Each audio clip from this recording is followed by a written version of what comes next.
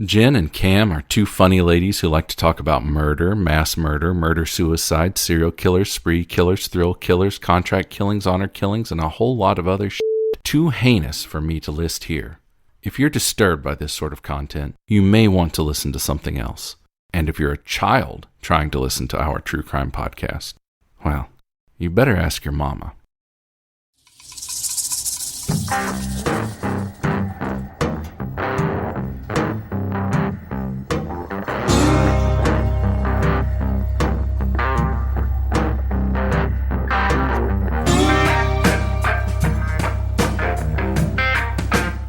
Jen. Hey, Kim, how are you? I'm okay. How are you? I'm doing great. We do have a very special episode of our True Crime Podcast today. It is something that brand new to us. We've really never done anything like this before. So you'll have to bear with us. Today, we are going to be talking about Katie Palmer, but it's not just us. We are going to be joined by John Palmer, Katie's husband.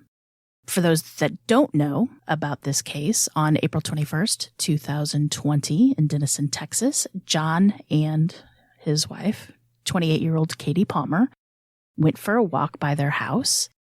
And as they were returning home, about a fifth of the mile from their house, a Ford F-250 pickup truck crossed from the right-hand side of the road and struck John and Katie as they were walking them, literally knocking them out of their shoes. What needs to be examined next is how the crime was handled and if justice was served. We have John Palmer's going to walk us through the entire incident, and it is a heartbreaking story. And infuriating. But we'll have John to tell you all about it.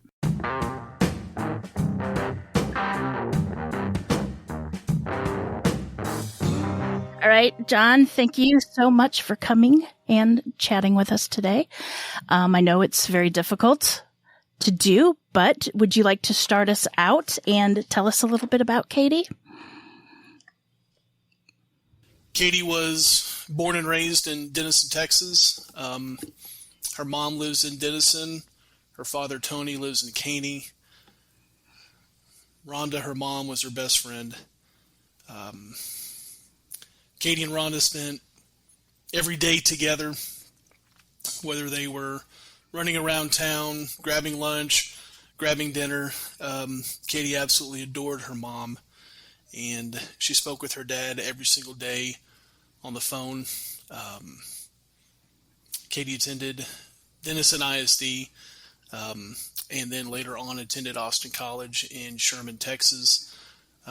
She was a biology major and loved ornithology, which is the study of birds. And that just... She was a smart one. Yes, very, very, very much so. And through biology again, that just sparked her love for science and nature. Again, studying birds. That eventually led her into teaching at Scott Middle School here in Denison ISD, where we live. She was a middle school science teacher and even got to teach our daughter Bella science. And she brought a STEM program to Denison, Texas, to Scott Middle School. Absolutely loved teaching. She loved her students like they were her own. That's wonderful. She was great at it. She excelled at it. She was Teacher of the Year at her campus numerous times. And I've said this before. Teaching was her profession. I think teaching was what she was meant to do. But she told me that being a mom was her most important job.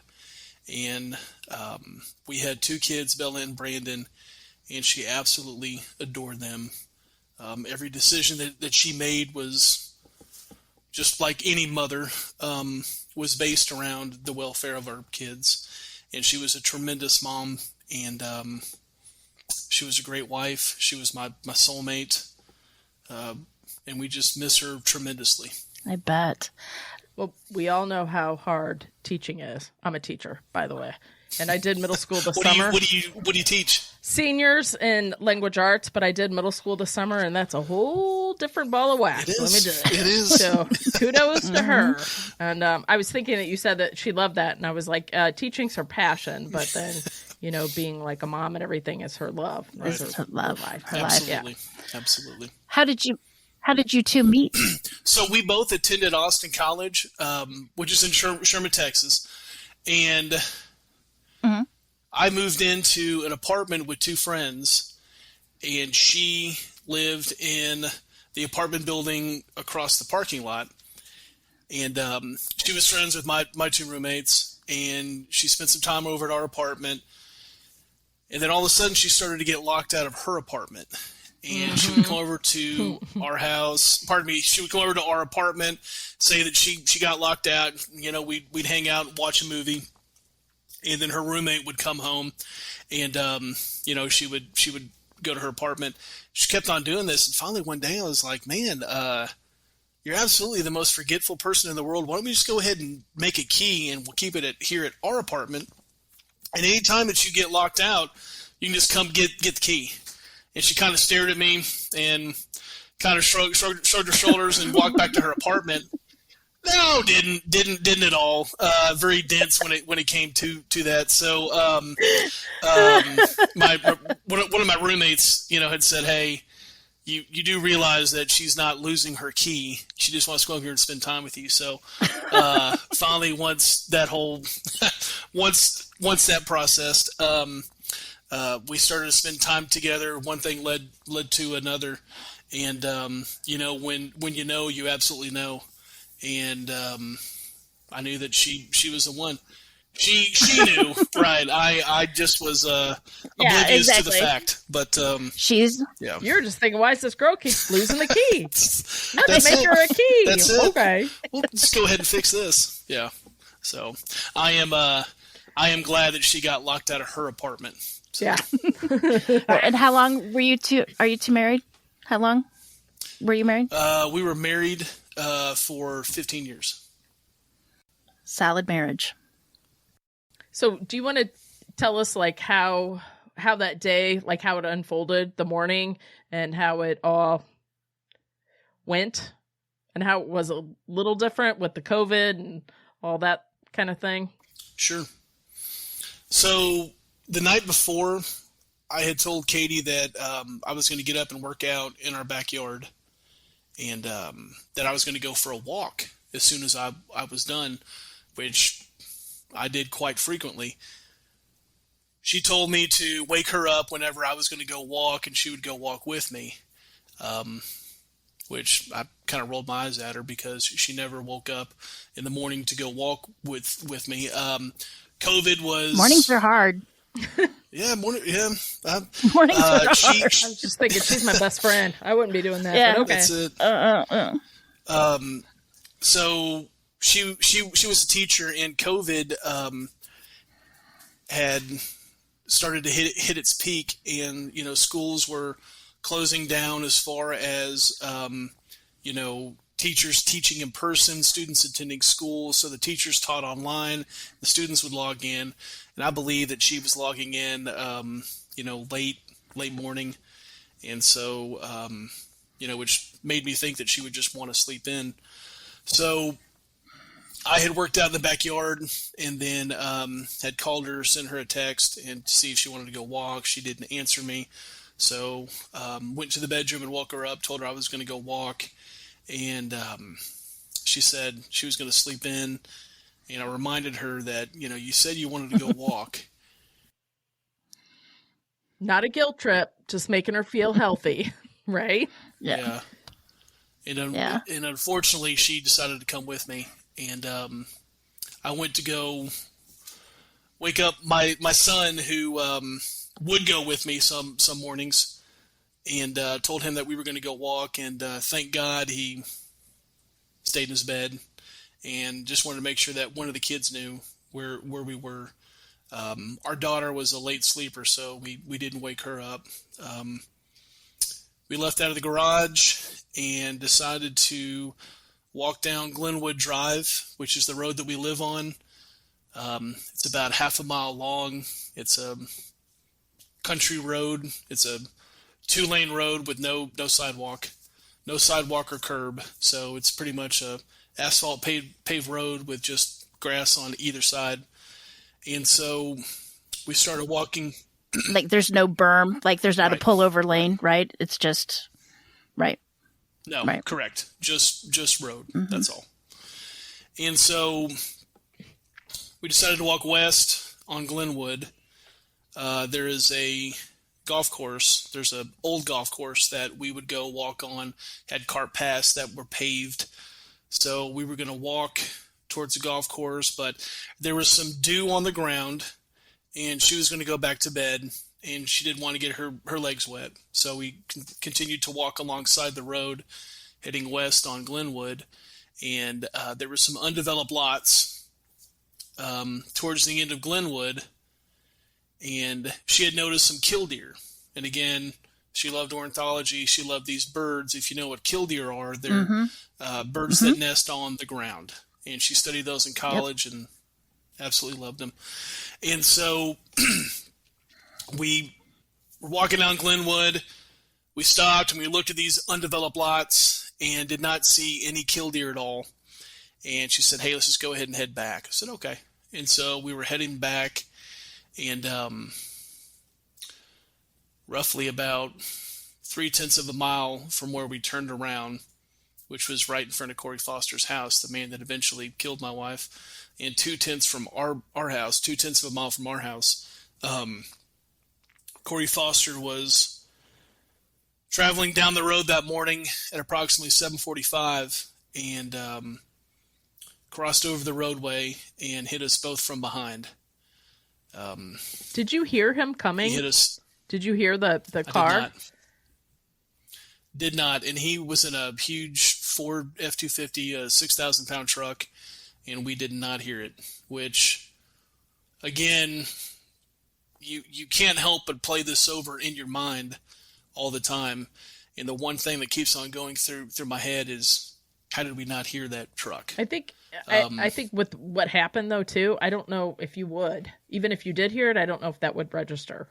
Do you know what I'm saying? I think you were so lost in each other's company that the outside world just probably kind of faded away. I wouldn't even think that you'd expect that. I mean, she had such an ear. You know, I could be in our living room and I could be watching something on TV and it could be at a very low volume, and she's at the other end of the house. And she would text me, "Hey, the TV's too loud." I mean, she had like just mom ear, an amazing, just an amazing sense when it came to hearing. We didn't hear it, and didn't hear his truck. And he crossed over the roadway. We were walking alongside the road. He hit us both, and again knocked us out of our shoes. And sent us approximately 70 feet. Literally knocked you out of your shoes, correct? Literally. Correct. Yeah. Knocked us out of our shoes, both of us. Unreal. How fast was he going? So there was a third-party report done because Texas DPS did not recreate the crash, and there's no reason why they there's no reason why they shouldn't have recreated the crash. That's their job. They stated, so on scene, the troopers were joking because they did not take it was not very professional, their attitudes and their demeanor on scene. They were joking that if you can see, let me show you something, John. Let me show you something. I can't even say this. The first thing on here on my paper was the jokes. And Jennifer and I talked about this earlier, and I said I don't. And I know that like they deal with stuff all the time like this, but there's also like this just happened, and they seem so, I don't know, laissez-faire. And Jennifer and I, that is the first thing on my list. The jokes, question mark, question mark, question mark. It was just very surreal to see how they behaved with all this. Like you're in the ambulance, she's still on the ground. It like shocked me. I'm sorry. No, you're fine. And I agree with you. It was very painful to watch all the body camera footage and to see how cavalier and casual. That's how they were. They all acted. It just seemed like somebody that ran a stoplight. I don't know. It hit me weird. Corey claimed to be only doing 15 miles per hour, and Trooper Hill said, quote, bullshit, 50. Right. And then Tarif laughed and said, and then they all 50. laughed. The third-party report came back and stated that, as best as they could, they believed that Corey was going anywhere between 33 and 43 miles per hour. The problem with, the third party did the best that they possibly could, but DPS did not mark the scene. They did not mark where the truck stopped. They did mark where our bodies were, did mark where our shoes were. Tarif had ample time, and that's Tarif Al-Khatib, who was the investigating officer on scene, had ample time to mark all of these different objects in order to, better lay out how everything transpired, and chose not to. But 33 to 43 miles per hour, posted speed limit is 30. And so I guess he never hit the brakes, because that's how they usually can tell how fast they went, by the amount of it. So he never hit the brakes. Exactly. And so he came to a rolling stop.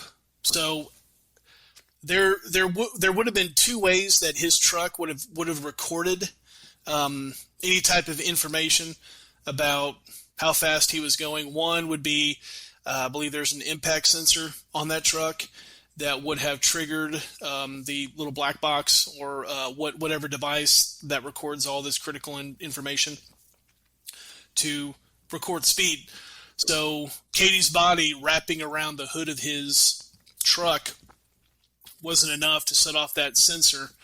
And another trigger for recording speed and critical data is for a rapid deceleration.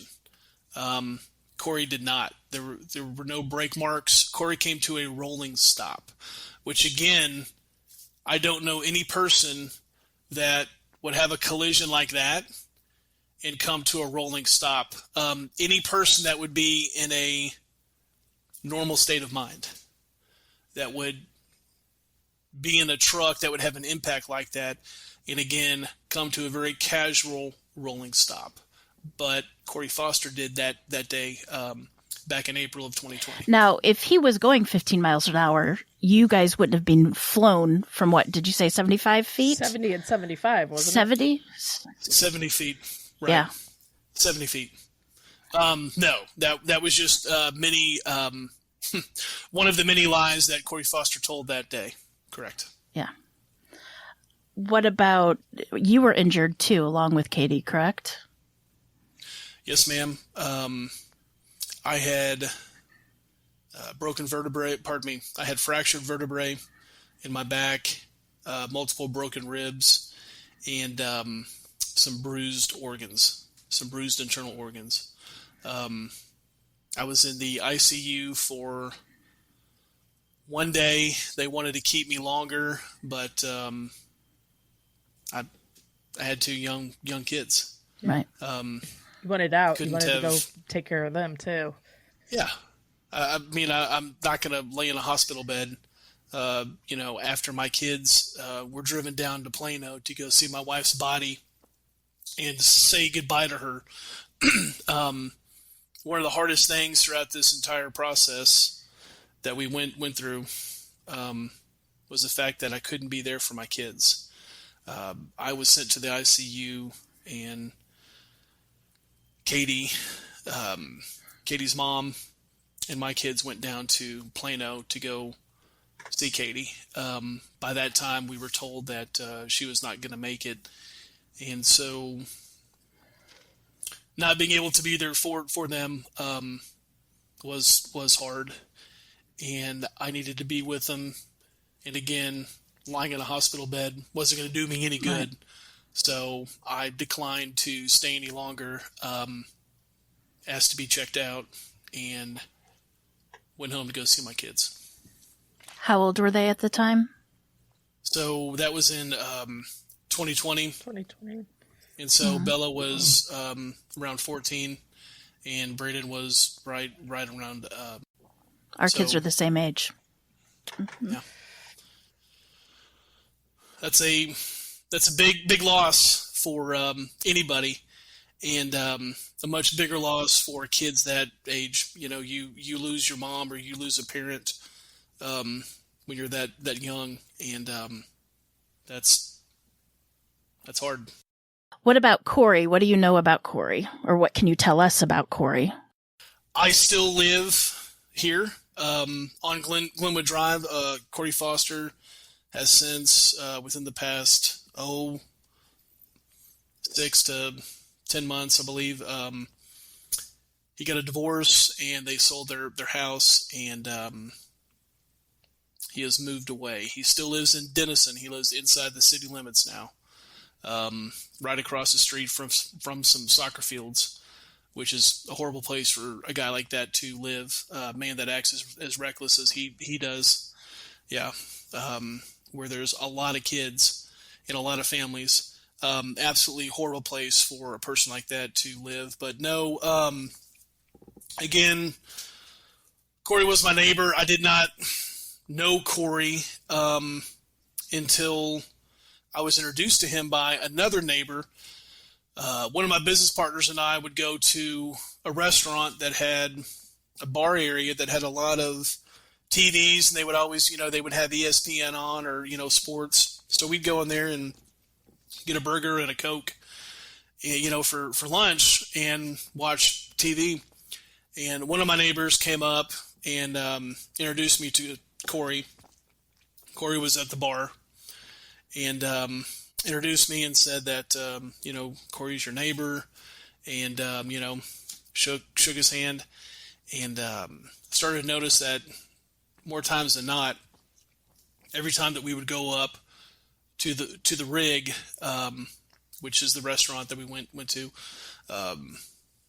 Corey seemed to always be at the bar, and it was always around lunch.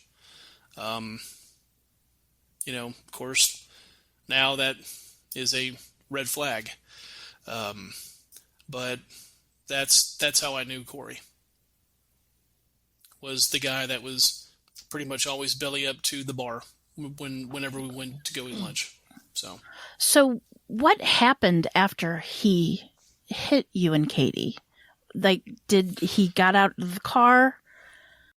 After he hit us, and again, Katie and I are walking, and the next thing that I know, I'm flying through the air, and it seems that I was going about the same rate of speed that truck was, because I remember seeing the truck in my peripheral vision as I was flying through the air, hit the ground, and looked over. I saw Katie. Katie was propped up on her left side, and she was kind of staring in my direction. I tried to get up and walk over to her, but I felt like I had something tied around my sternum, and it was tightening, and I couldn't get to my feet. I saw her, and I started to yell for somebody to call the cops. Corey was already outside of his truck and had made a statement that he was sorry, he didn't know it was us, and he identified me by name, and said that he couldn't see. He was trying to clear off his windshield, and I crawled over to Katie. I think one of the things that I heard, I'm sorry I didn't know it was you, or whatever he said, that I told Jennifer earlier that... Which was an odd statement. Just a very odd statement to make. Thank you. That's exactly what I said. Like, I would be hysterical jumping out of the car going, oh my God, are you guys okay? And he said, I'm sorry, I didn't know it was you. I don't even... That's something... Well... Who did he think it was? Well, but I mean, his whole attitude that morning was emotionally flat. And I was just gonna say, if you're a little bit subdued by alcohol or drugs, you would say, "Oh, I didn't know it was you," instead of, "Oh my God, call 911." You know what I'm saying? Or going to shock. That was the number one thing that I. A person in a normal state of mind would have acted completely different, but I believe from what we've all seen from the body camera footage,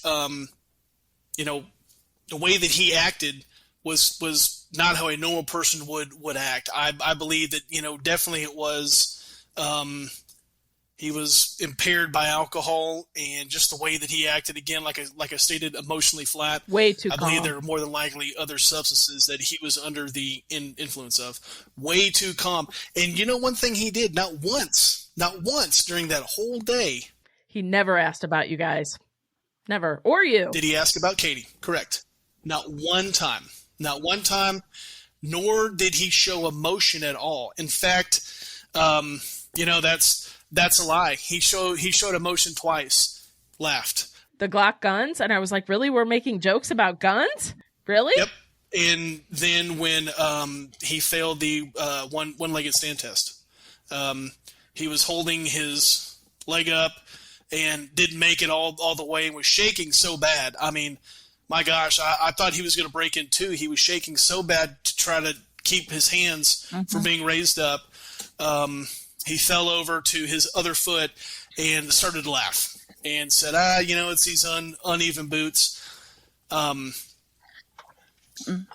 If you were in that spot, if you were Corey, I don't know if I would be able to get a word out. I think I would be a complete train wreck. Crying, wanting to make sure everybody's okay. No, not once. Because that was a man that was not in a normal state of mind. Wasn't. I don't think he knew what he did. I really don't think he knew what he did. Am I wrong? Did he offer to call 911? So as per his statement to DPS,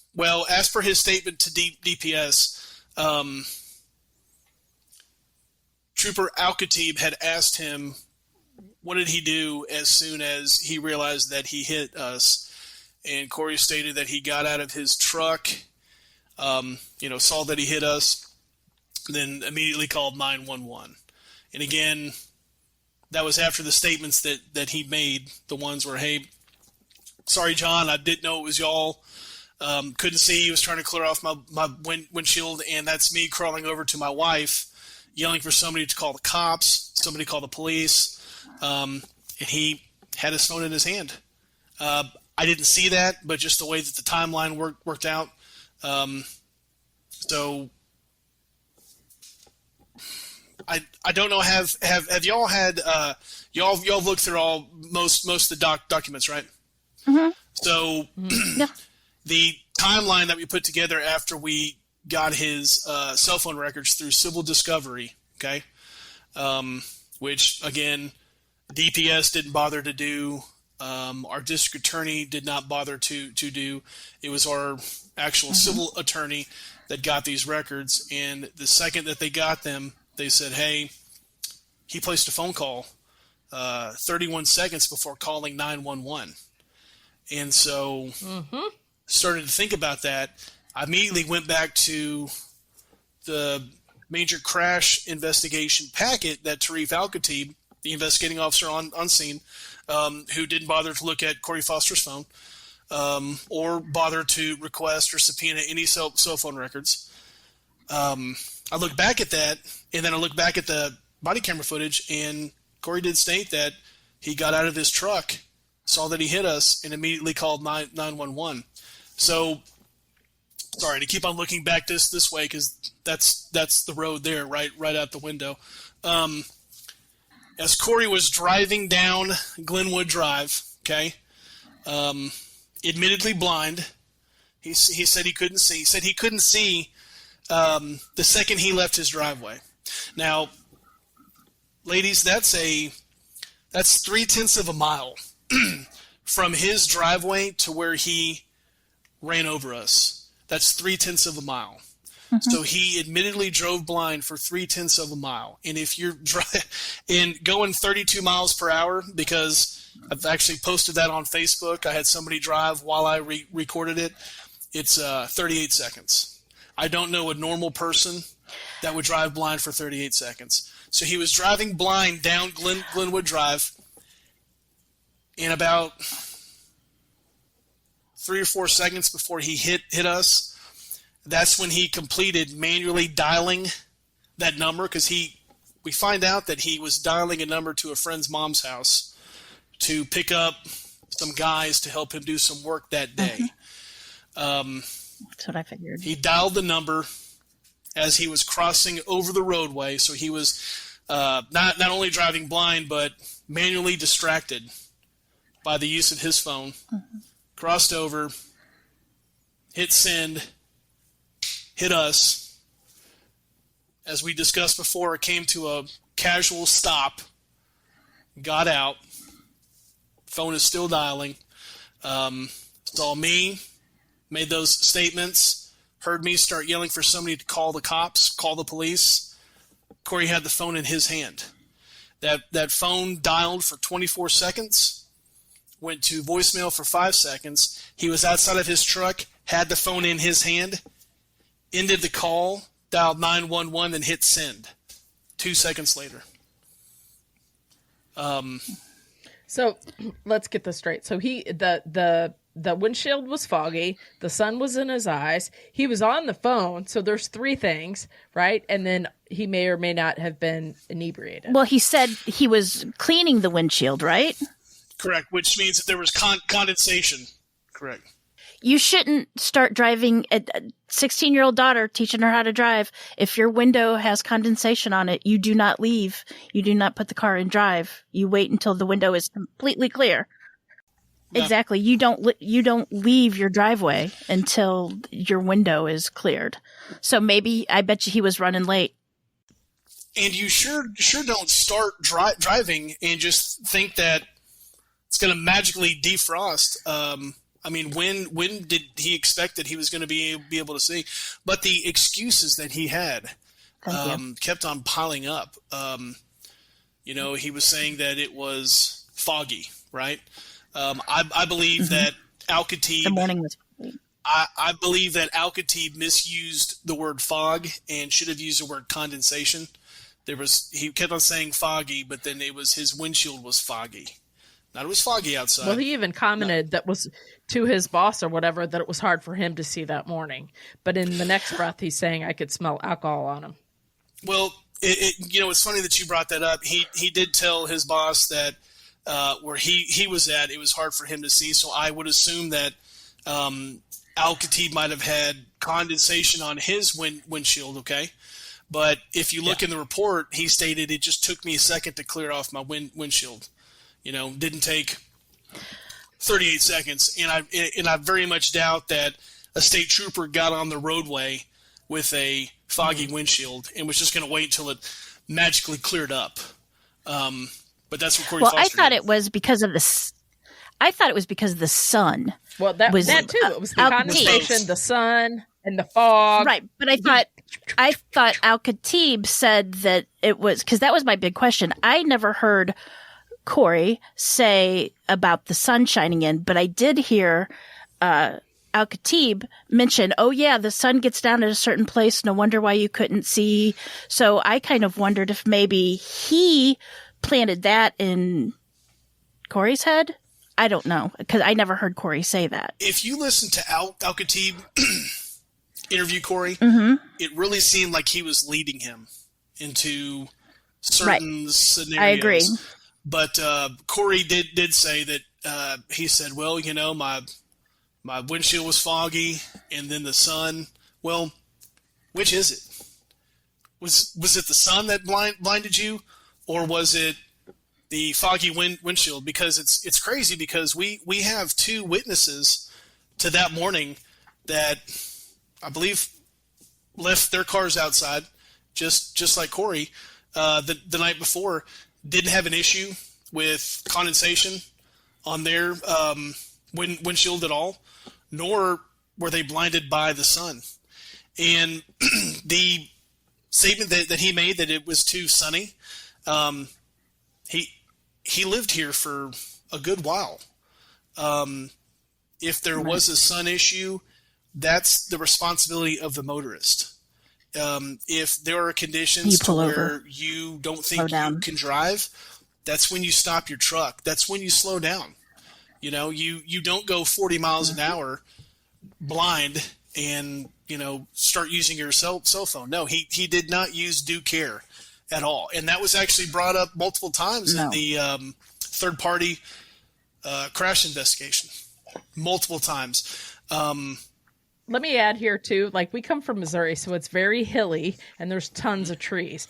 Looking at that road, it was off a golf course on one side, so it's not like there's a lot of obstruction. I don't know how he could not have seen two people walking on a road. It's pretty clear. It's not like the road. It's not like the trees are like hanging over the road. It was clear. No. You are absolutely right. There's a small depression when he's coming from his house. There's a small depression, and then it comes up. The third party report stated that there were, I believe, and don't quote me on this. I don't have the report in front of me. 600 feet of like a visible sight line. So again, I can go up to where we were hit. Again, his windshield was foggy, and he was engrossed in his phone trying to dial the number. And again, he was cognitively impaired by the alcohol and other substances that I believe he was under the influence of, based upon his actions that day. So how soon, once 911 was called, did the emergency vehicles come and the police come to the scene? Yes, ma'am. The firefighters and the EMTs, I believe, got there quick. Less than 10 minutes. It was maybe even less than that. There was a neighbor that had actually stopped a minute or two after we were hit. She got out of her her car, talked to Corey, and immediately ran over and sat down by my wife's head. And she was very calm. I'm glad she was there. Just saying, hey, everything's going to be okay. She was, stroking Katie's hair, just saying that, you just hold on. We both were telling her just to hold on, trying to get her to breathe, trying to get her to blink her eyes. And it seemed relatively quickly that we started to hear the sirens in the background. And I remember hearing that going, everything's going to be fine. Everything is going to be fine. They're going to get here. Maybe she was just knocked out. She started to breathe. She wasn't breathing for a while. Then started, this big gasp of air. Then short, shallow, labored breathing about every 10 to 15 seconds. And then that's when we noticed that her eyes were fixed. And that's what stood out. They were just fixed, staring straight up. And so the fire trucks and the EMTs got there. And, minutes after they got there, I remember hearing them talk about the helicopter. And, that's obviously that's not a good sign. Everybody was on site. The helicopter had landed. Katie was on a gurney. They were manually pumping oxygen into her lungs. I was already in an ambulance, and that's when Sharif Al-Khatib showed up. We got hit at 7:45. He got the call at 7:55, and he was still at his house. He was on call, but he was at his house. And, he was on duty, but he got the call and he was at his house, and, was the last person there, was all the firefighters, the EMTs, and the helicopter, which was coming from South Sherman, beat him there. He got there at 8:15. He was very calm strolling in there too. In my opinion, I was about to say that, very casually came on scene. And that pretty much set the tone. Watching that, I was thinking, do you know what just happened? And even if you don't, I don't, this is an emergency. I didn't understand that. Very calm. And I was wondering how old he was. And even when the EMT said she was unresponsive, that alone says this is an emergency. Absolutely.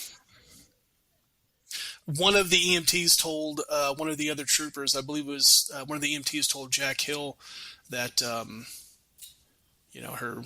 pupils were dilated. She's non-responsive, and she's in a world of hurt. Yep, I saw that. Al-Khatib absolutely knew the severity of the situation. There was a medical evac helicopter waiting to take her to a trauma center in Plano, Texas, which is about, 60, 70 miles away. And I know that he knew the severity of this. I want to say back in 2017 or 2018, there were two young men that got into a wreck in Bells, Texas, which is just like two towns over. And Al-Khatib had gotten interviewed by the paper, and they asked him on scene about the severity of the injuries that the boys suffered. And he stated that he did know the severity of the injuries of one of the two young men because he was put in an ambulance and driven to the hospital. But he did comment on the other young man who was put in a helicopter and flown out to a trauma center. And he said, anytime that somebody is flown out in a helicopter, it's serious and it's life-threatening. So that right there should have triggered his response that I've got a very serious situation here. And Al-Khatib, at that point, had been a trooper for over 10 years. So this wasn't somebody that was right. This wasn't somebody's first crime scene. Okay. Well, he sure acted like he had no experience at all. That's what I thought. I thought, he has to be brand new. Right. No, what do you think? We need to hear this. What do you think? Well, I believe that Al-Khatib saw a friend in Corey Foster that he could help out. So their wives worked together, right? I believe that also Tarif Wasn't his wife and Corey's wife work together? Correct. They both were hairdressers. They both worked together in the past. We got pictures of both families at Halloween parties months before and Christmas parties months before. And the Halloween party pictures, oh, yes. And not just, in passing. Tarif Al-Khatib's wife is basically sitting in Corey Foster's lap. They were arm in arm together. The wives had a little group of friends. They all met up before this Halloween party and, all did each other's makeup the same way. And so there was definitely, can't tell me that there was not a close family connection there. He saw a family friend and saw somebody that he could help out. And between that and the complacency that he demonstrated, just a complete and absolute failure by Tarif Al-Khatib and the other two DPS officers also. One of the other officers, it got me because when you're watching the body camera footage, if you're watching Tarif's body camera footage, David Taylor, who is another officer on scene, another DPS officer, Tarif told him that Corey PBT'd at a .06. Mind you, that was a .06 almost an hour after he hit us, okay? That he PBT'd at a .06. But claimed he hadn't drank since 8 o'clock the night before. Mm-hmm. Well, first it was 7, then it was 8, then it was 9, and then he didn't know. So, which, if you're an officer and you have somebody who is a suspect in a killing, goes into my notes, John Palmer, right here. Nicest officer I've ever seen after hitting 2 people and smelling alcohol and breath. You go ahead and go home. Is your mom going to come get you? Never mind, I'll take you. That is the weirdest thing I've ever heard my whole life. And hey, tell your mom that everything's going to be okay. Yeah. That's what he told Corey. Tell your mom everything's going to be okay. And then also, he doesn't want to be with his mom right now, so I'm gonna give him a ride. Really? He doesn't want to be with his mom. Okay.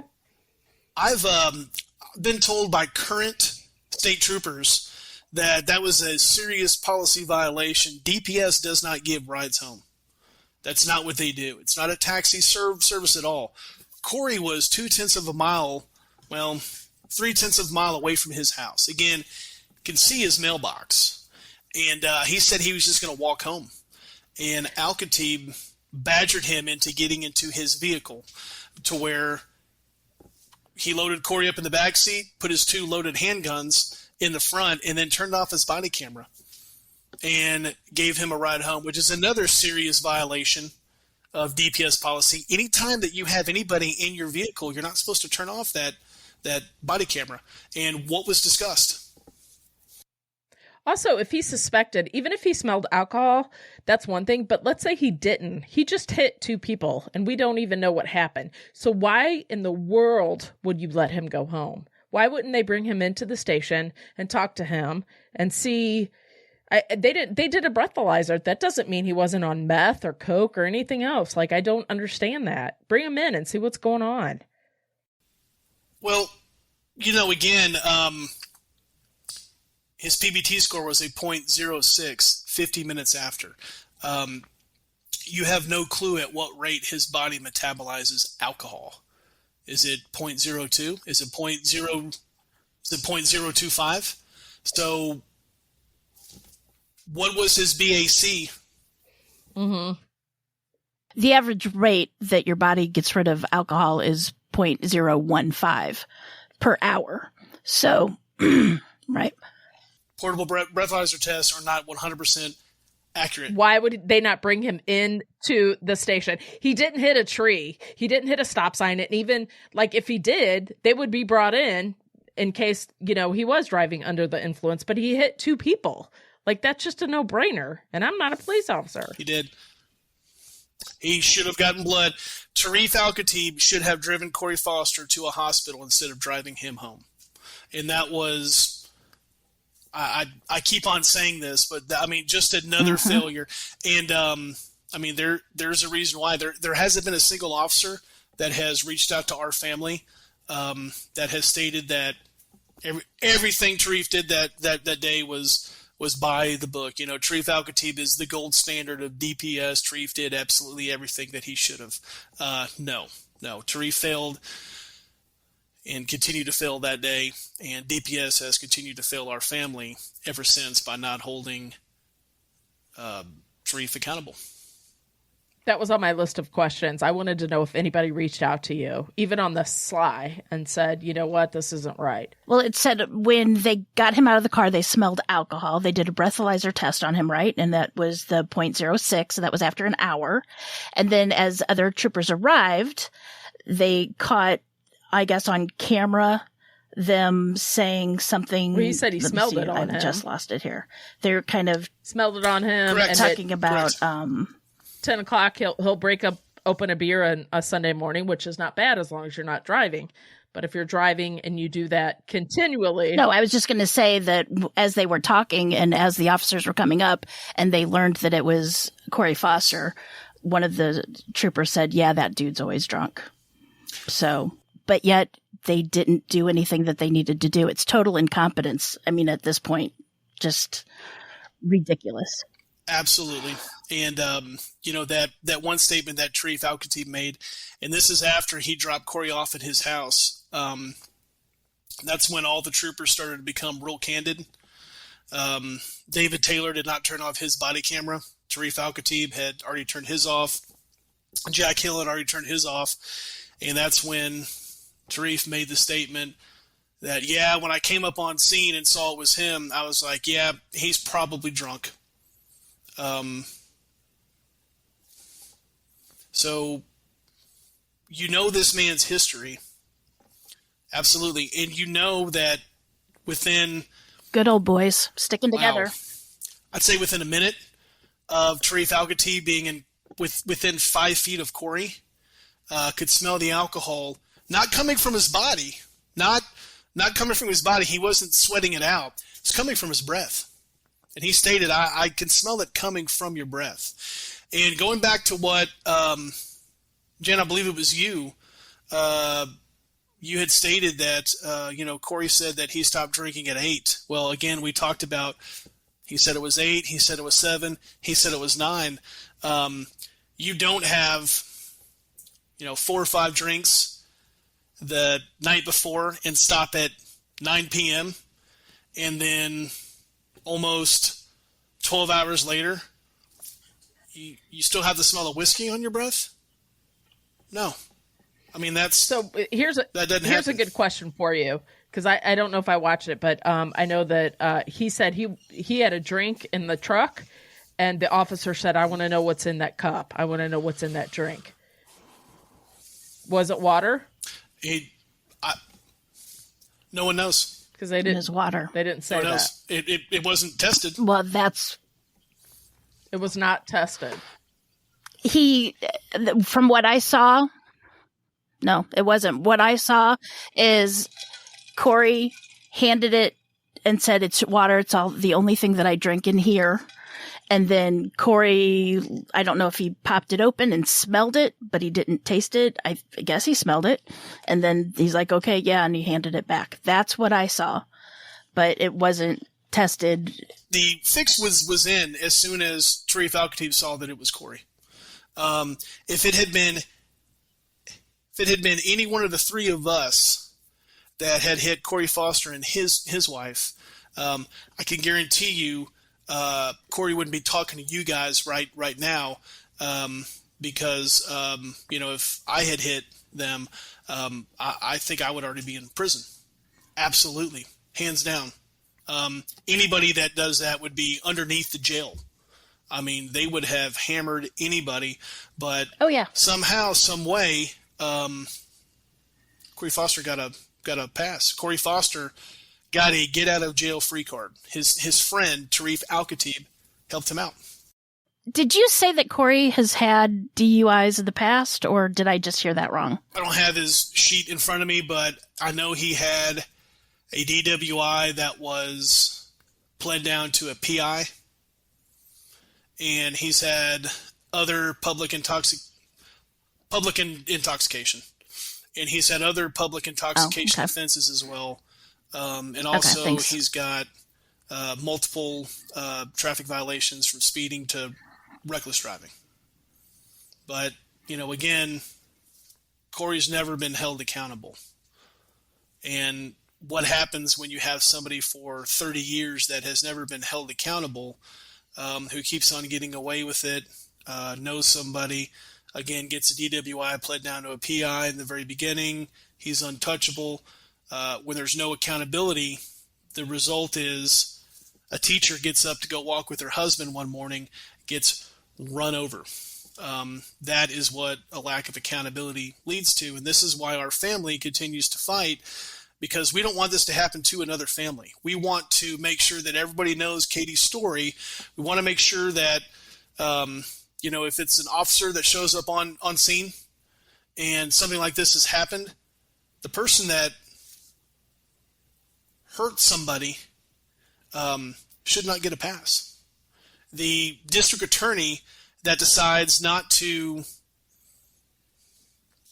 properly present a case, to properly fight for justice, we want that district attorney to remember Katie's story and remember the fight that our family put up, and to make sure that, again, this does not happen to another family.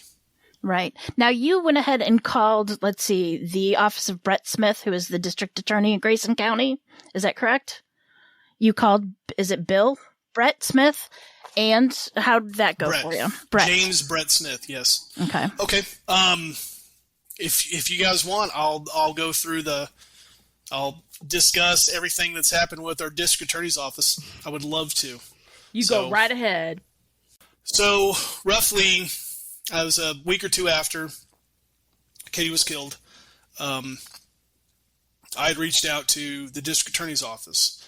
I wanted to know what was going on. Hadn't heard anything. Nobody has contacted us. I had some conversations with Tarif Al-Khatib, and he was finishing up his report. Called Brett Smith. I spoke with him, and he told me at the time he hadn't received the report back from DPS, and he was aware of the case but hasn't received anything back yet, and couldn't comment on it, and said that I probably knew more than he did at that time. Makes sense. I said, oh, okay. And I would just, that he would follow up. Okay. More weeks went by. Or y'all are parents, right? Okay. Imagine if one of your kids got hit, regardless of how old you are and how old they are. I don't know what it's like to lose a child, and I hope to God I never do. That being said, Rhonda Nail, Katie's mom, wanted to know what was going on. She wanted answers. Her daughter had been killed, and nothing had been done. So she called the DA's office. Brett was not in the office. Brett had a number on Facebook. She wanted answers. She called that number. Brett had his personal cell phone number on Facebook. She called it. Brett's an elected official. Brett answered the phone. She said who she was and why she was calling. And Brett Smith was very angry that somebody would have the audacity to call his personal cell phone. Told her it was unacceptable for her to be contacting an elected official on their cell phone, to not do it. Basically not proper communication. And he hadn't heard of Katie, which was in direct contradiction to what he had told me. Had no clue about the case, and don't call him. Conversation ended. So as a parent, somebody tells you that about your child. You're going through this tremendous loss, and you're in the grief process, and you're angry, and you want answers, and that's how you're talked to. We don't have a platform like how you guys have a platform, how the district attorney has a platform. Our only platform is shared social media, right? So Rhonda put this exchange out on social media, and her friends commented on it, and it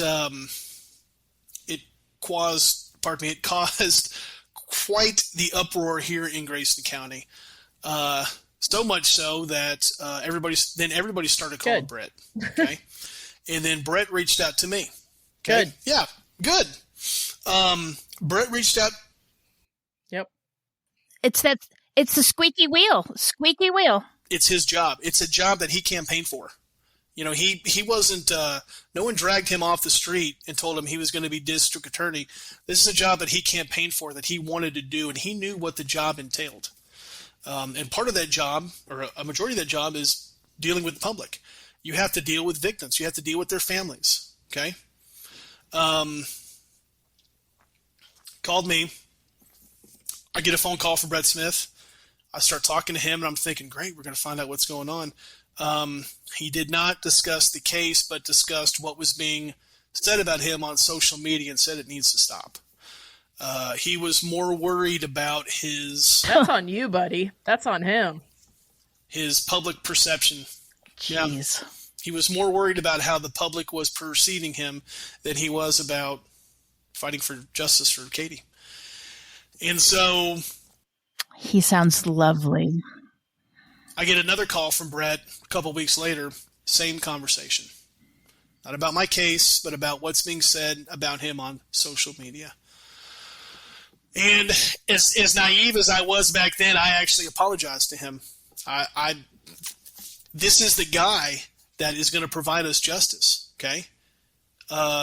This is a district attorney. This is supposed to be the man that is going to, give us justice, is going to fight for Katie.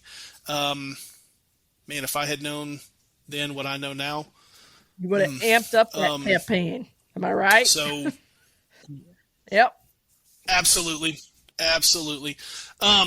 So then we finally get a meeting with Brett, okay? And that was in June. So Katie was killed in April, and we finally get a meeting with Brett in June.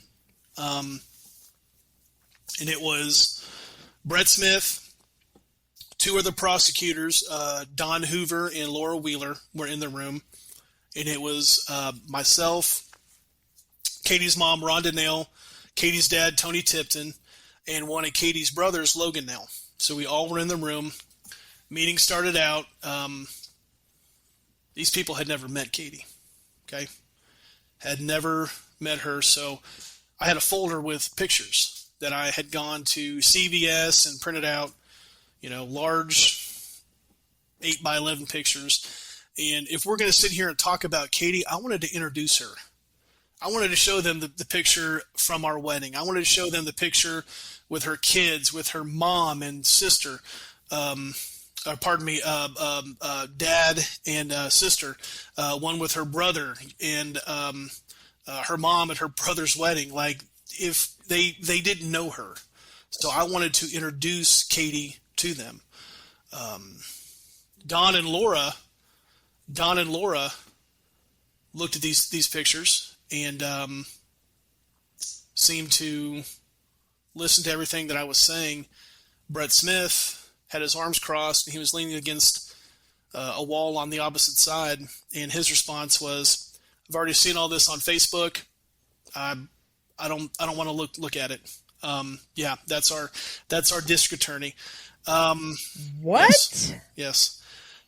That's a whole other story that I would love to get into. Absolutely would love to get into that. It's another podcast. Please. No, I mean, as soon as I'm done telling you about all of our interactions with Brett Smith, I would love to tell you what's going on with that. So I got through, and it was Brett's turn to talk, and Brett again went on. I mean, just went on and on about social media with Rhonda. We're at this meeting. He's already talked to me twice about it. Then went on a rampage on Rhonda about, how she is just killing him on social media and just, never seen anything like this before. This is crazy. I didn't know that there was a playbook on how we're supposed to act.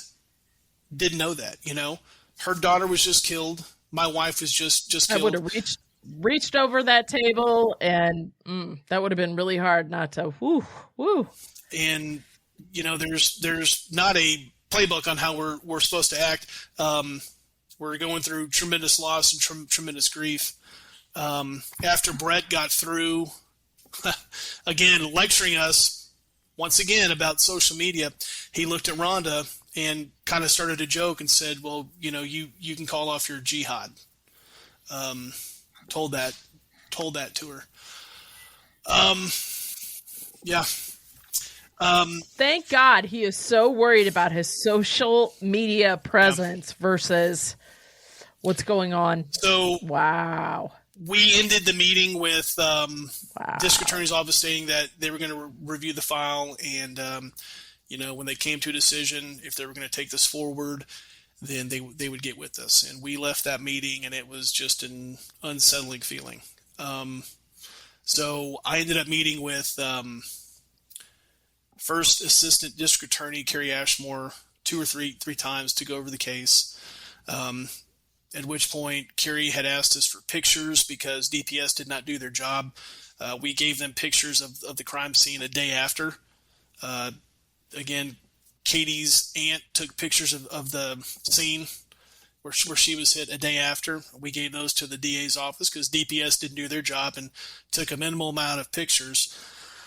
And real quick, before I go any further, in that same meeting with Brett Smith, he did tell us that missteps were made in Tarif Al-Khatib's investigation, that he had no clue why Tarif didn't get blood. Blood should have gotten drawn, and the investigation was subpar and mishandled. Told that to us. So met with Carrie 2 or 3 times, and then we had the grand jury. Grand jury was on August 19th, 2020.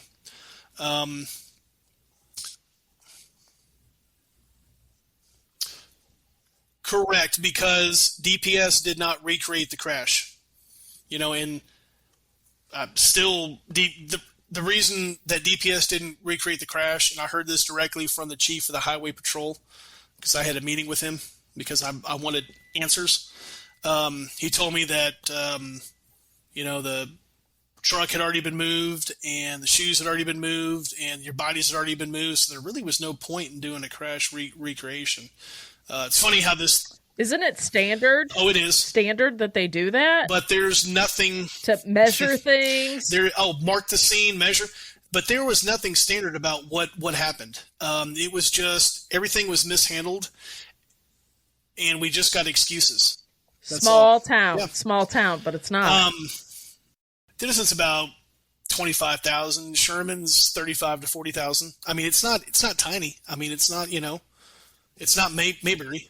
I mean, no, it's not. I mean, it's... No. Yeah. Well, I mean... You would think that it was everybody's first day. I mean, that's exactly how this all went. So we had the grand jury on August 19th. Okay, I was able to testify. Sharif Al-Khatib provided testimony, and a representative from the third party that recreated the crash testified as well. That grand jury no-billed this case, meaning that they didn't think that there was sufficient evidence to move forward with a court proceeding in a criminal court. I would like to say that grand jury consisted of 10. A grand jury in Texas consists of 12, but only 10 jurors voted. One juror was sick and didn't show up. Another grand juror recused himself. That left us with 10. I questioned Kerry Ashmore about this, about where the alternates were, and he shrugged his shoulders. Didn't know. Well, back then it was the year after 2021. There was a bill passed that made it mandatory that there was 12. So before then, you could have 9. And you need 9 votes to proceed, okay? So we only had 10 jurors. Now, so we had 10 jurors. They didn't get the cell phone records and present the cell phone records to the grand jury, okay? And that third party had not finalized their report. The final report from that third party was dated 6 days after. So the grand jury was on the 19th. The final report from the third party, which I'm sure you guys have looked at that document, very damning towards Corey Foster, that wasn't dated until the 25th of August. So I'm confused on that. So we had 10 grand jurors. DA's office told me on 2 separate occasions that they were going to get the cell phone records, never even subpoenaed the cell phone records at all. And then this report, which is it was a very damning report against Corey Foster, was not completed until the 25th. Why did Kerry Ashmore present this to a grand jury if he didn't have everything at his disposal? Okay, so grand jury declined to move forward. And then now let's fast forward 18 months later. Okay. My attorney, through civil discovery, got Corey Foster's cell phone records, which again, the timeline that we talked about earlier would show that he was using his phone as he crossed over the roadway and seriously injured me and killed Katie. So we got these phone records, and we sent those over to the DA's office. They said that they would look at them. Okay. And this is 18 months later. And I asked them numerous times in email, why didn't you guys subpoena these records? And they said, well, it doesn't really matter. Wouldn't now. that have been the very first thing they did if he said he was on his phone? He said he was on his phone, right? Wouldn't that be one of the very first things they did? He said that he called 911 right after he hit us. He did not say that he was on his phone. Correct. He never admitted to being on his phone, but at the same time, no one asked him. Sharif never asked him, if he was using his phone or was otherwise But they never distracted. even pulled the records. Never pulled the records to find that out either. They said that they were going to. The DA's office did, but didn't. So we gave these phone records over to the DA's office. They looked at them. And, again, I asked numerous times why didn't they subpoena the records? And they said, well, it doesn't really matter now. We have them now. And they said, plus, they put the blame on me, stating that I was wanting to get answers and get this in front of a grand jury as soon as possible. So, it's his fault that we move forward. That Shocker. Yeah. Why wouldn't you want answers? Duh. Wow.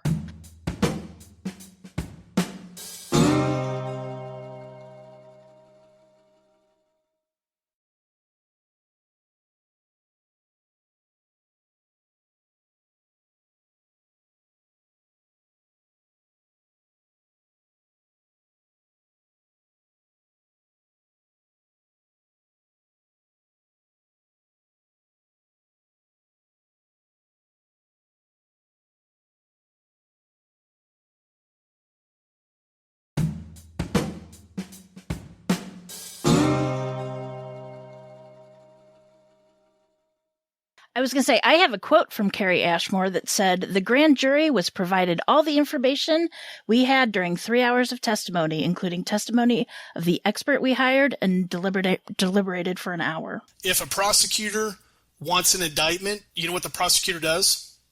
He asks the grand jury for an indictment. This case needs to be tried in front of a criminal court. This needs to be true bill this. Would have been very easy just to walk in and go, hey, and take alcohol out of the equation totally.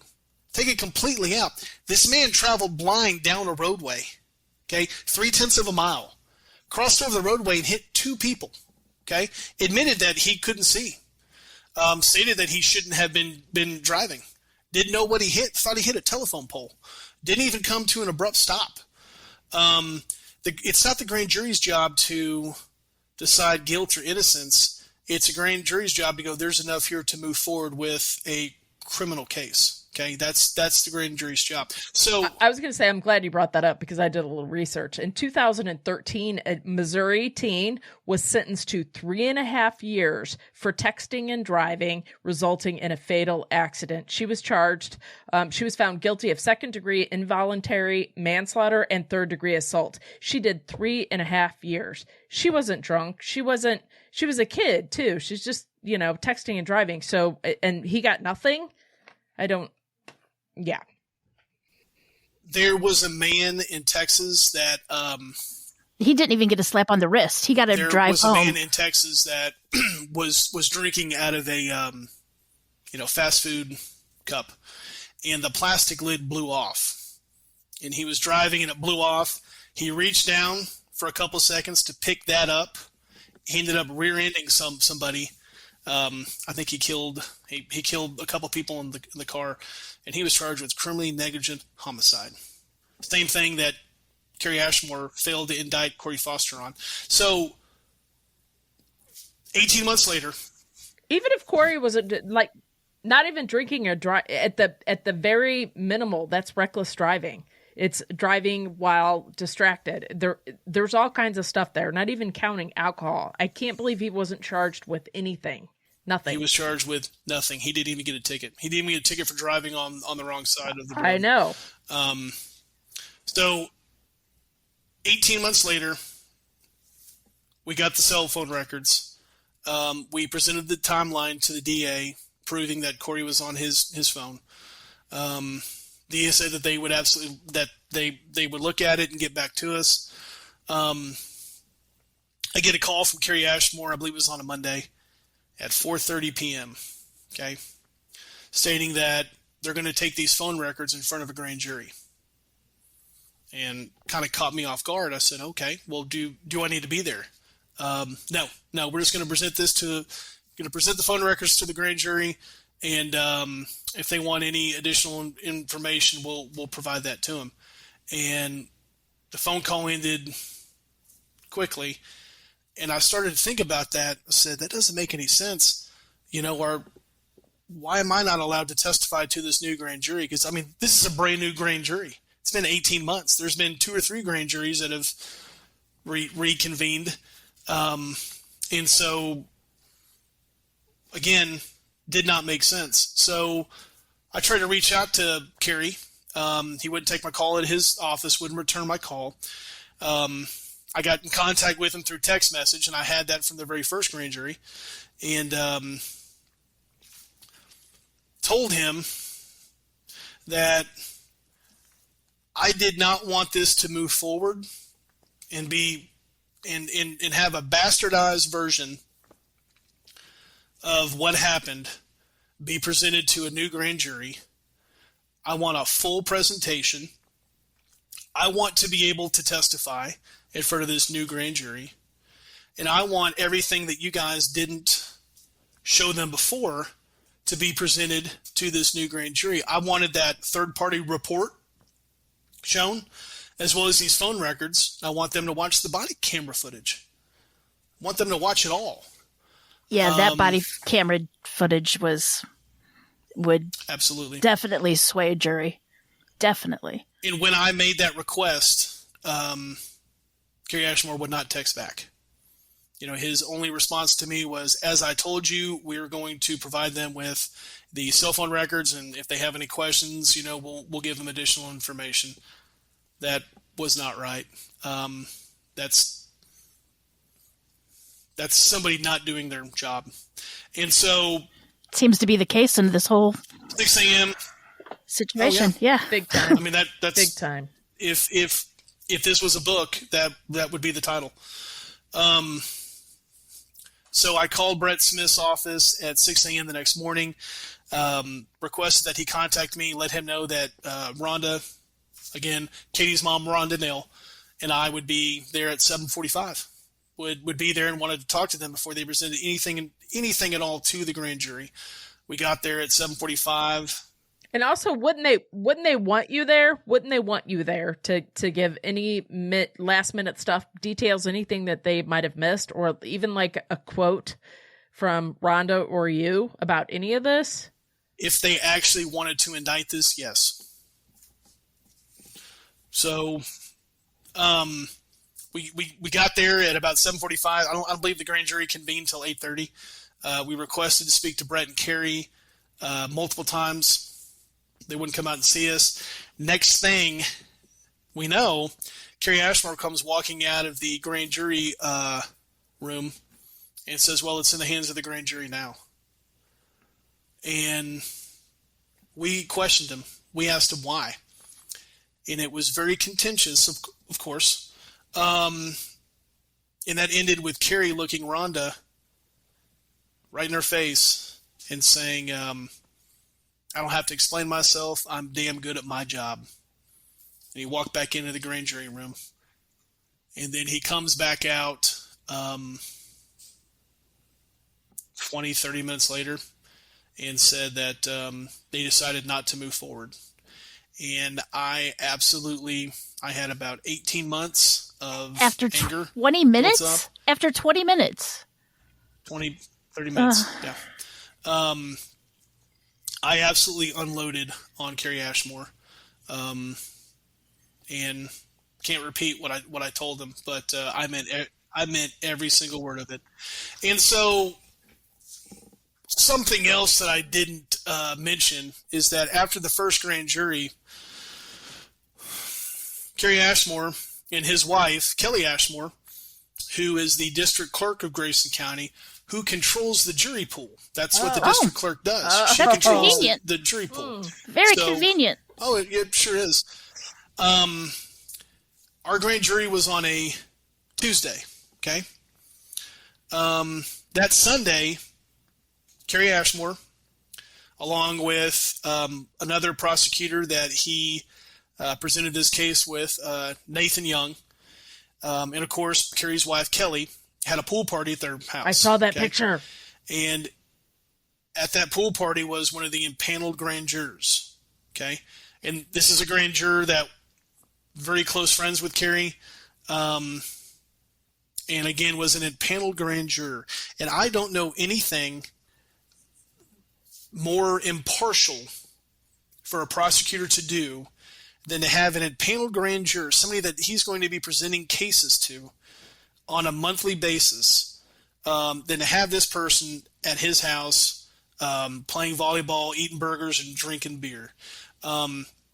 If I ever have to go in front of a grand jury, I want there to be, I want it to be as impartial as it could possibly be, and that is not the case here in Grayson County. And I've sent certified letters to Brett Smith asking him, how could he let this happen? Is there any reprimand? And he continues to ignore us. So I guess in Grayson County, that's how prosecutors get cases indicted. You stack the grand jury with your buddies, and that's it. You really don't have to do your job, right? So that's the Grayson County justice system.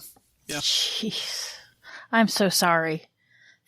So where do we stand now? Wait, let me before that, I'm just curious. Have you gotten any blowback, like from the community or authorities? Have they, because you said you still live in your house, has anybody, how can I say this, been simple? Have they been mean to you or the kids or anything like that? Because it seems like everything's a little fixed there, if you know what I'm saying. This community has shown us so much support, so much.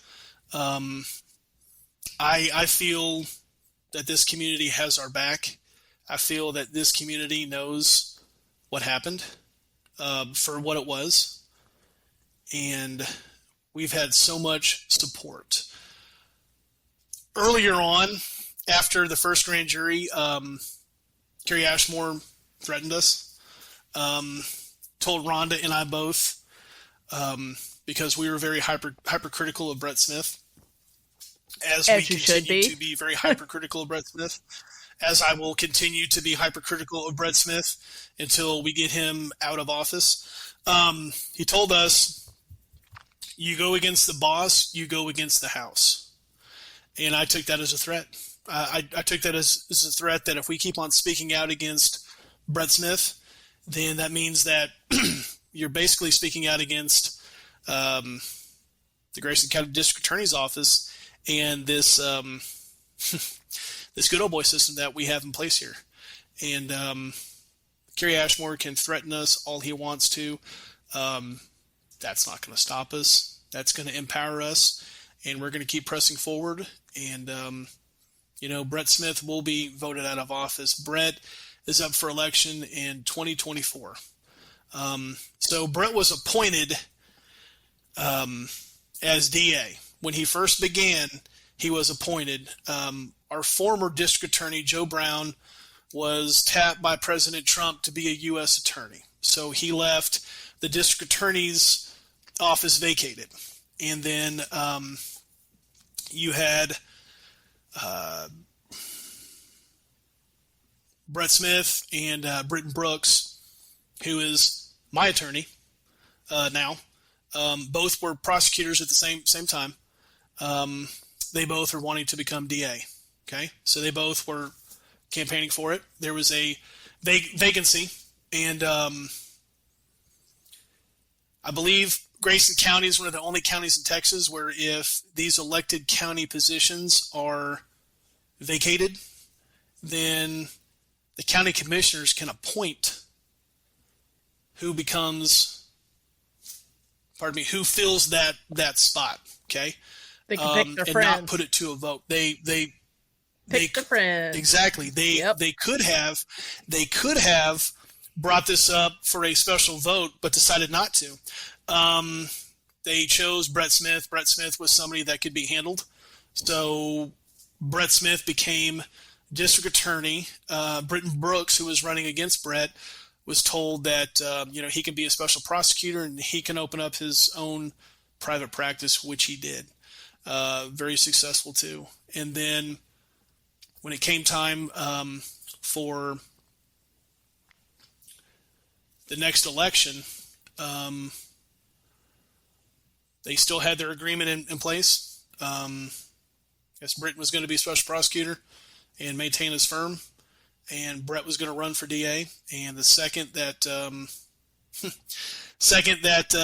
the filing date ended, Brett rescinded that with Britton, and kicked Brett down to the DA's office. And Brett ran unopposed on the Republican ticket, for the primary. And again, we're in Grayson County. So, if you're a Democrat, you're going to be pretty hard pressed to win an election here. I mean, that's just Missouri. Hello. That's politics here. Mm-hmm. Yeah. And so,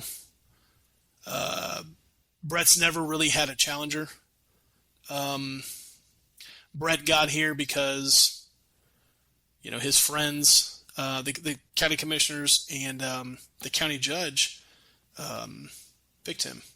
They wanted one of their guys in there. And Bill Majors, got a little story about that. Bill Majors is our current county judge. I don't know if you guys saw this on our page or not. So about 2 months prior to Katie being killed, Bill Majors, and I'll keep on looking here, we actually campaigned against Bill. We got somebody else to run for county judge. Bill was at the head of the good old boys system. Bill, 2 months before Katie was killed, was arrested for DWI, his fourth DWI arrest, where he was 3.5 times over the legal limit. 3.5 times. Hit a pole in a parking lot, then fled the scene, crossed over a highway, putting more people at danger before he was pulled over by Sherman police and by DPS. Okay? He was obviously heavily intoxicated, and he was arrested. And the DPS trooper went back in his car to get his phone because Bill said, hey, I might want to call my wife or something like that. So he needed to have that for information. Guess who Bill missed a phone call from? Brett Smith. I believe Bill had called Brett as he was being flagged down by 2 different law enforcement agencies and was trying to skirt justice. So we obtained that footage, and as soon as we got it, we released it.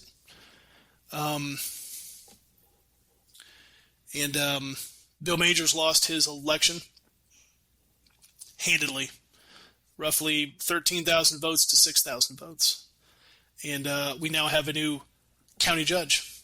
And, I had actually gone to Bill for help with this back in July of last year. So Bill is soon to be the former county judge of Grayson County, and the county judge is basically just the mayor of the county. Okay, Bill doesn't hold a law degree; it's not a prerequisite. You're basically the lead county administrator. I had gone to Bill and asked for help. This happened in your county. You are the de facto mayor of the county. You know what happened wasn't right. We need justice. Bill placated me and kind of said he'd look into it. Didn't know what he could do, but he'd look into it. And then roughly a couple weeks later, I went to the courthouse with my son to go get his birth certificate. And this was in July. And Bill stopped me outside the courthouse. And we got into a somewhat tense discussion about Sharif Al-Khatib, Carrie Ashmore, and Brett Smith. And Bill ended our conversation by saying, if you don't like the job that your elected officials are doing, that's why we have elections. Vote them out. Took Bill's advice. Done and done. You vote them out. And Bill's no longer going to be county judge here shortly. And same thing is going to happen to Brett Smith also. Good. We will find, there will be a candidate that will run against Brett. We've already put up billboards in Sherman. We've put up help wanted signs for a new Grayson County District Attorney. I love it. That's good. Right along the highway. Mm-hmm. Absolutely. And I ran into Brett this past April, and we had a discussion, and I ended that discussion and let him know that we're going to remove him from the office that he's in now, that it's going to happen. So Brett Smith needs to go, because again, if this happened to my family, how many other families has this happened to? Exactly. You've been outspoken. Maybe some of those others couldn't or wouldn't, or they didn't have the means, or you know what I'm saying. Well, wherever there's a bad actor in this county, I believe it's up to everybody in this county to fight for change. I agree. There's nothing that we're going to do to bring Katie back at all. Nothing. There's nothing. Trust me. The first 2 weeks after it happened, I woke up every morning, rolled over. She wasn't there. I thought that I could go back to sleep somehow and wake up, that morning and decide not to go work out, decide not to wake her up, decide not to go for a walk. That's not going to happen. She's going to be forever gone.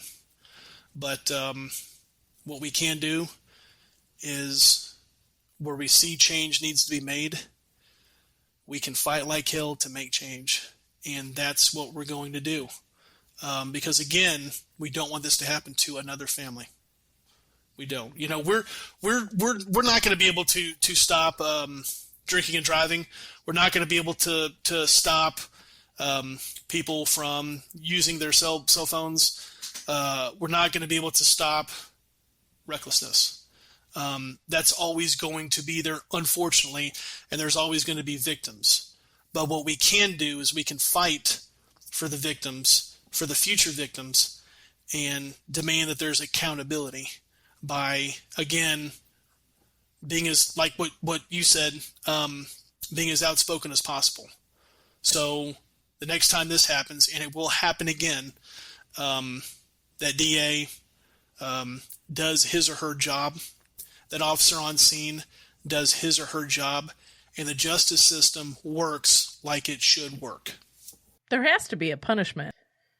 So do you have a civil suit going on against Corey by chance? Have you filed a civil suit yet? We do, yes. We are, yes. We are currently in the middle of that. Rescheduled depositions 2 or 3 times, which is just the way I've been told. This is just how the civil process works.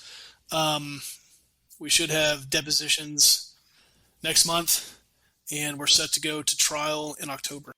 So what can us and our listeners do to help you get this fixed? I mean, what can we do? We are going to have another call to action very soon. Very, very soon. There's some information we're waiting to get back with these meetings that we've had from state entities.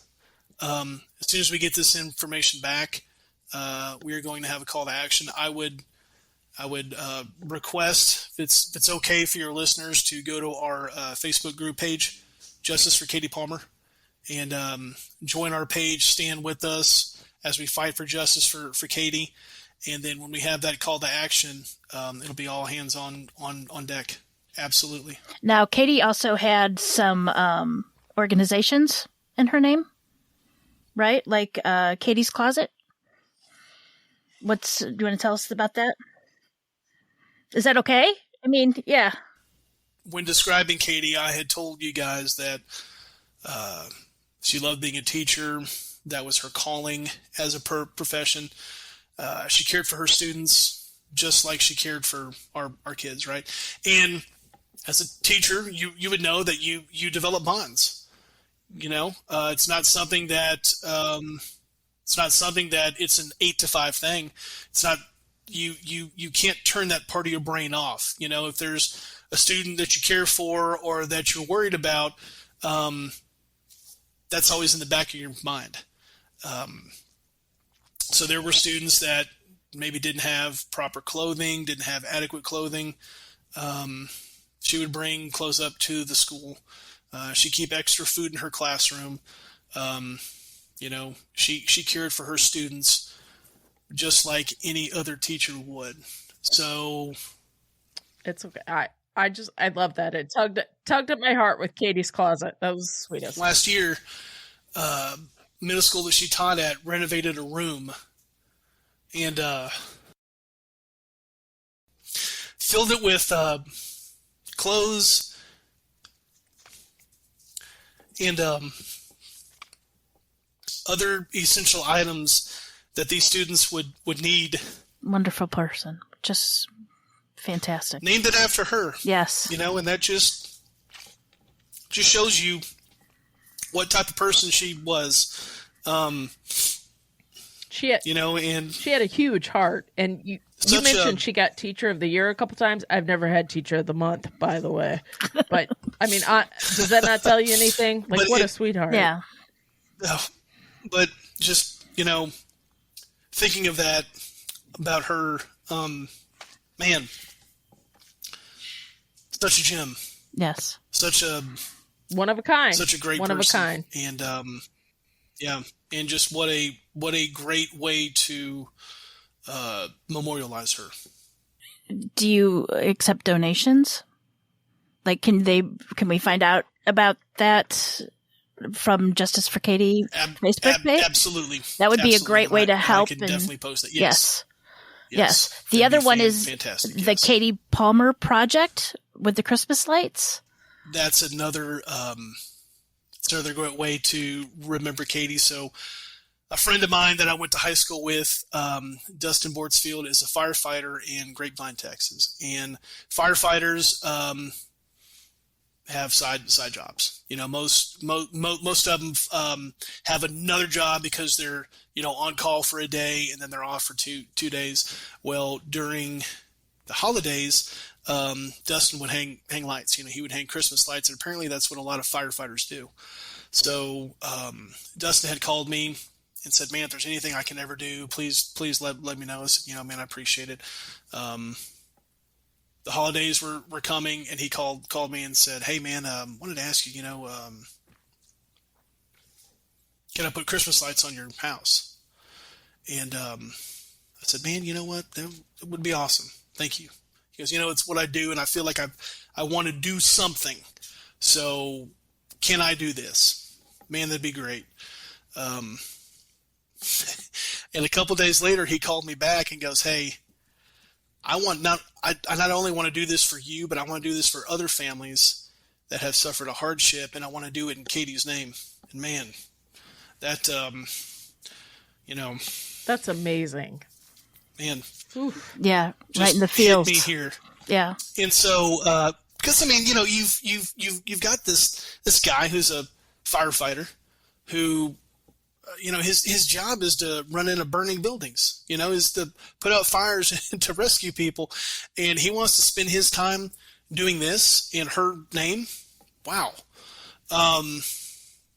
So Dustin Bortsfield started the Katie Palmer Project, and we've done it for 2 years. The first year we did it, between Dallas and Durant. It's about 100-mile stretch. This past year, it expanded into Houston and to other large cities. And Dustin is doing everything he can, in his words, to spread Katie's light. Spread Katie's light. I love that. I was just trying to think of how to put that into words. I was like, she lit up, like light up. I was trying to think of how to say that. But every time a light is lit up, you think of her. That's amazing. It was fantastic. And, that first year that he did it, I picked up my daughter she had some activity at the high school. And we were driving back. I usually put up our lights and do a horrible job. I mean, it just looks awful. It looks awful. I got mismatched lights and stuff still hanging, and this strand's not working. Awful. And so we turned the corner and pulled up to our house, and her eyes lit up. That's She was just like, wow. That's amazing. And being able to see her, being able to see her take enjoyment in it, and my son did the same thing. Man, it's something that you don't think about. No. But it means so much. Makes all the difference, because again, in life, you're right. In life, it seems like you wait for the little moments. You wait for the little moments to make you happy, and then you live life until you get to the next moment. Well, that was definitely a moment where I just had to stop, and just was. I mean, it was real emotional. She had been through a lot. Both kids had been through a lot. Mm-hmm. And then, for her to actually get to stop and be a kid and go, man, that's great. And she got out and looked at him. And so we've been able to do this for, roughly about a dozen families each year. That's amazing. So you can go to, there's the website, KatiePalmerProject.com. I've got a sign here, KatiePalmerProject.com. And then we've also got a Facebook page. We take donations. It's a registered non-for-profit with the state of Texas. Dustin got that taken care of also. So we got the website, we got a Facebook page. I assume here within the next probably 2 months we'll be taking donations, and awesome. We'll also be taking, more importantly, nominations. So nominations. If there's a family. Wow, that's amazing. Yeah. That's so good. So nominations for families, and the criteria is really any family that's been through a hardship over the past year. Please feel free to nominate them, and we review all the nominations, and then based upon what firefighters are in the area, because all these lights are hung by firefighters. So Dustin has reached out to the different firehouses and different associations. It has gotten other firefighters to donate their time, which again, to me, is absolutely amazing. You've got these guys that have got a high pressure job, and they take their time off, their much needed time off, to, keep giving back to the communities that they serve. And these are great men and women, just great men and women. The epitome of They are. They run in when everybody else runs out. And again, Dustin, when he hears this, he always gets kind of angry, and he's like, quit mentioning. Well, he doesn't want to have his name out there. He's like, I didn't do this for my name to be mentioned. I did it because it was the right thing. But people like Dustin, you can call him something else. Then we'll call him like Custon, sure. Firefighter Custon. He needs to be recognized, and all of those men and women that help out need to be recognized also, because what they're doing and what they continue to do is special. But how are you and the kids and Rhonda? How are you guys holding up? Are you guys doing okay? Getting through it. Still, this is not something that we're ever going to get over. This is something that we just have to get through.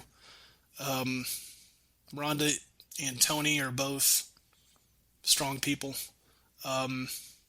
Kids are, I don't think we give our kids enough credit for how strong they are. But,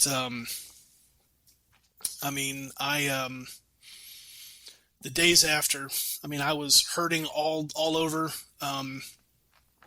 inside and out. And, as a parent, was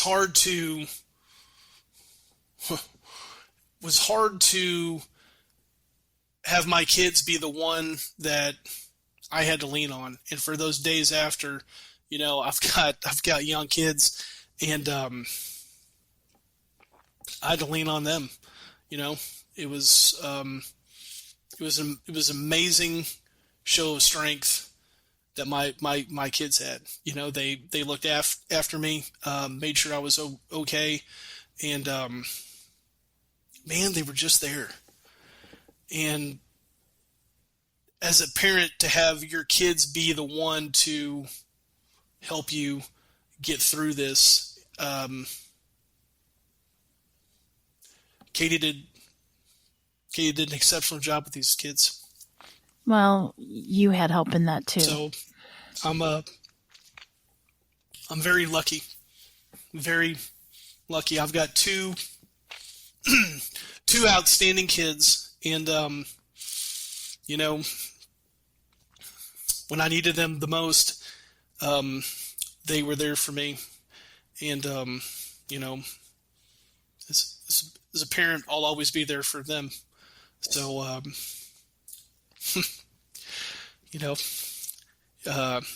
they definitely got the best of both of us, and they got the best of Katie. So Katie would be so proud. Truly, she am really a lucky would. man. So yeah, it's amazing. Yeah. They're smarter than we think, and they're Well, I think I'm out of questions. Do you have anything? Yeah, strength. You're amazing. Katie would be extremely proud. Just know that. Do you have anything else you want to add? You want to say that we didn't cover that we need to discuss, or? I will absolutely talk about. Oh, Colton's yeah. Law, I actually have those in that, notes, yes. but I forgot. Let's talk about Colton's Law. House Bill 558. We were made aware of this, and Colton Carney was a young man who his car broke down on the side of the highway, and he didn't want to be late to work one morning, and started walking to work, and he was hit by a motorist, and was instantly killed. His family asked law enforcement if they did a blood test on the motorist, and I believe the response from the officer was it was very early in the morning, and no one's drunk at this time. Okay? Yes, they are. Absolute wrong They answer. must not know the night shift. So Colton's mom. Sorry, go ahead. Yeah, Colton's mom. No, I'm sorry. Colton's mom, Michelle Carney, is just one of a kind. She emailed every single member of the House of Representatives in Texas, and there's 155 of them, and wanted this law to be passed that that if a motorist, if a motorist hits and either seriously injures a pedestrian or causes death, then there shall be a blood test. Okay, that's the spirit of the law. So if a motorist hits a pedestrian and either causes serious bodily injury or death, there shall be a blood test. Okay. Then one representative, Terry Meza, who is another exceptional human being, wasn't even her rep. Miss Carney was not in her district, but Terry Meza saw this and said, "Yeah, I'll do everything I can." And so they both started to, write this piece of legislation. We were made aware of it, and they had asked if we wanted to join in and if we wanted to help them lobby to get this bill passed into law. And absolutely. I mean, it's a common sense law, and why it wasn't a law in the first place, baffles me. So we told them absolutely we would help. We do anything that we possibly could, and once again, our community backed us. We got a bus from Denison. We loaded up 20, 30 people, drove down to Austin, and I'm pretty sure I've gone into every single office in Austin, every single House of Representatives, every representative's office when we were lobbying for this bill to be passed. Probably called every single office 2 or 3 times, and we got this bill passed. That's in one amazing. Session. Amazing. One session. That's amazing. And when did it pass? One session. Like, is it recently? Did this happen recently? Yeah, it was last year. Yeah. That's amazing. Good job. Yes. That just shows you what feet on the ground does to help a cause. Get those bills passed. Absolutely. And, again, going back on what I said before, there's nothing we can do to bring Katie back, but what we can do is we can cause change. And again, we're not going to be able to stop reckless and impaired driving, but we can do our best to make sure that those that hurt and kill others are held accountable. And that's what the spirit of this law does. That's amazing. So, and I don't want another family to be in the same spot that we're in, to where, again, we're left with questions. Never have we been provided answers. Just only questions and questions and questions, and that's it. And that's just not going to work. And we're going to keep fighting. We'll fight with you. We will be there. Thank you. Anything else that you want to discuss? You are so strong, John. I honestly don't know if I could do this. I mean, I want to cry right now, just with everything. Menopause, maybe. I don't know. But you're very strong. Katie meant so much to me. And, she was my soulmate. And when you meet somebody that truly gets you, man, we had a great marriage. Loved her. Still do.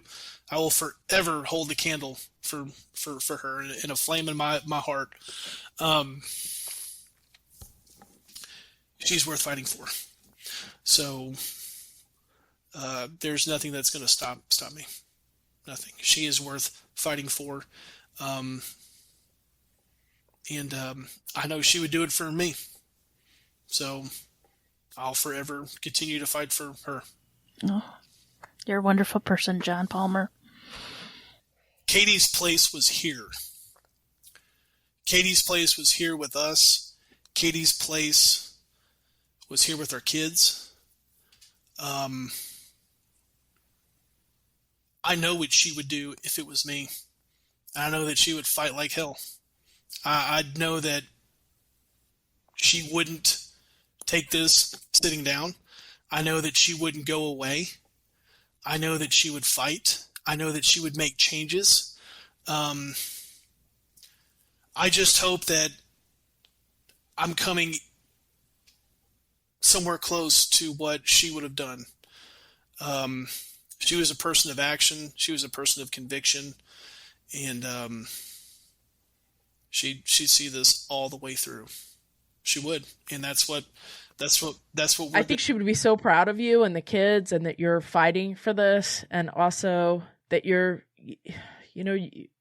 moving on, not moving on, but you're being strong. Like, you're fighting for this. You know what I'm saying, right? Like,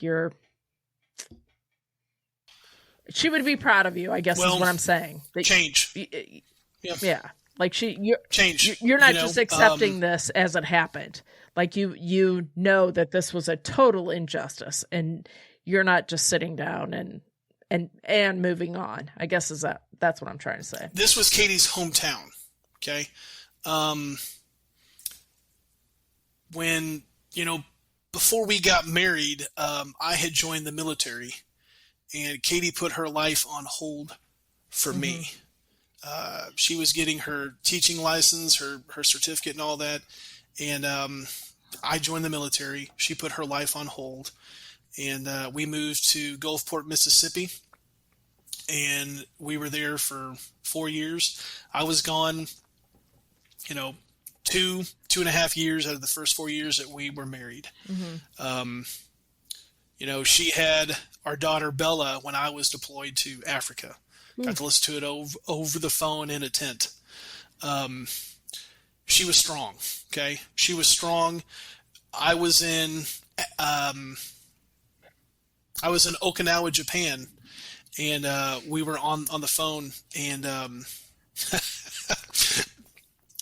that's when she let me know that we were moving to Denison, Texas. Hey, surprise! Guess where what? We're moving. She was from. Yeah. She goes, because I was fixing to get out after that deployment, and she goes, "Hey, I want to let you know that we bought a house." Surprise! What? And yeah. She goes, actually, it was my mom and I. We bought a house, and I was like, "Where?" She goes, "Denison." She goes, "We've been in Mississippi." She goes, "Well, I've been in Mississippi, for 4 years. I want to move back closer to my family. Yeah. Denison is where I want to live. This is where I want to raise my kids." We could have gone back to Dallas. We could have taken orders. We could have gone anywhere. Katie wanted to come back home. And I would be doing her a disservice if I didn't fight for change in her hometown and where she wanted to raise her kids, because I don't want my kids to grow up in a county where something like this could happen. I don't want this to ever happen again to anybody, and I owe it to her. And she would be so proud of you, honestly. What branch of the military were you in? What an injustice. I was in the Navy.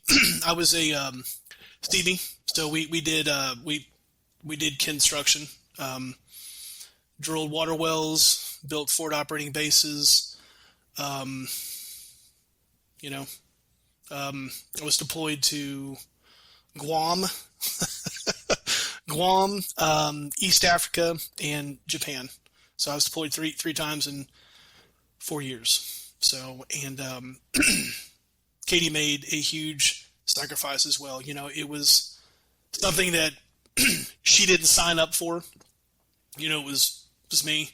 But every single military spouse makes a sacrifice, and Katie absolutely did that. Katie put her life on hold for 4 years.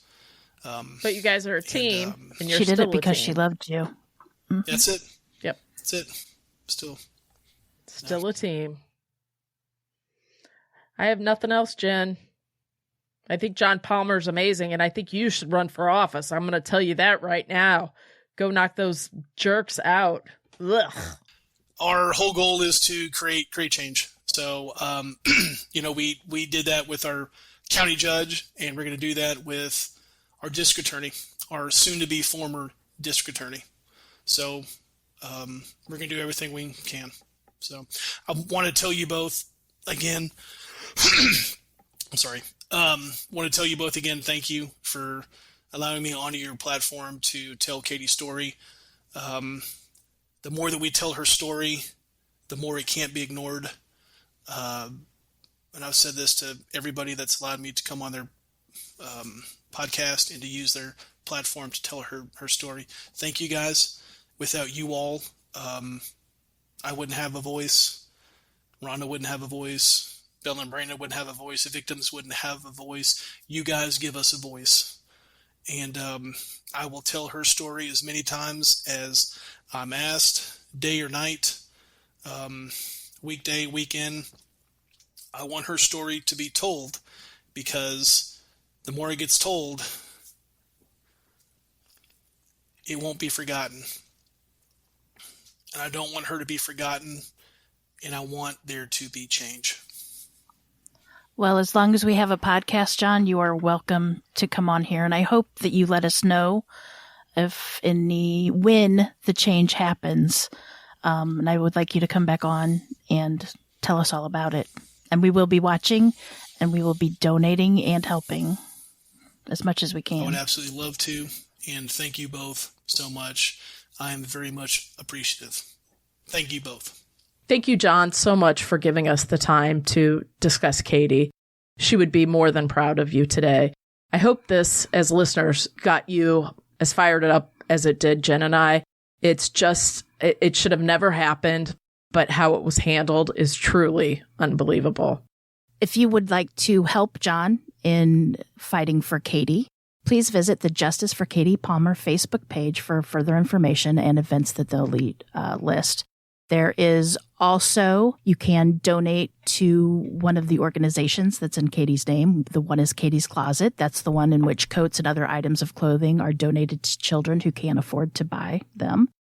The other is the Katie Palmer Project, which donates and installs Christmas lights to whose families are enduring hardship or loss.